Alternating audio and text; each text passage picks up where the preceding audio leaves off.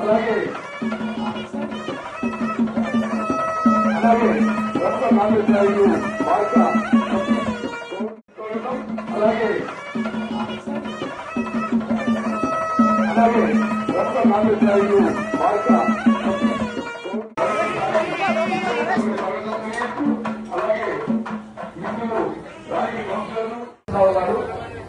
ఈరోజు దేశవ్యాప్తంగా కూడా సీతారాముల కళ్యాణం అత్యంత అంగరంగ వైభవంగా జరుగుతోంది. సిద్దిపేటలోని మరి రాముల వారి ఆలయంలో ఇప్పుడే కళ్యాణానికి పట్టు వస్త్రాలు సమర్పించడం జరిగింది. ఆ సీతారామచంద్ర స్వామి ఆశీస్సులతో ఈ దేశం ఈ రాష్ట్రం అంతా కూడా సుభిక్షంగా ఉండాలని, రాబోయే రోజుల్లో కూడా ఈ దేశం ఈ రాష్ట్రం ఇంకా బాగా అభివృద్ది పథంలో ప్రయాణించి ప్రజలందరూ కూడా సుఖ సంతోషాలతో ఆయుర ఆరోగ్యాలతో ఉండాలని, ఎలాంటి ఇబ్బందులు కష్టాలు ప్రజలకు రాకుండా మంచి పాలన ప్రజలకు అందాలి, ప్రజలందరూ బాగుండాలి.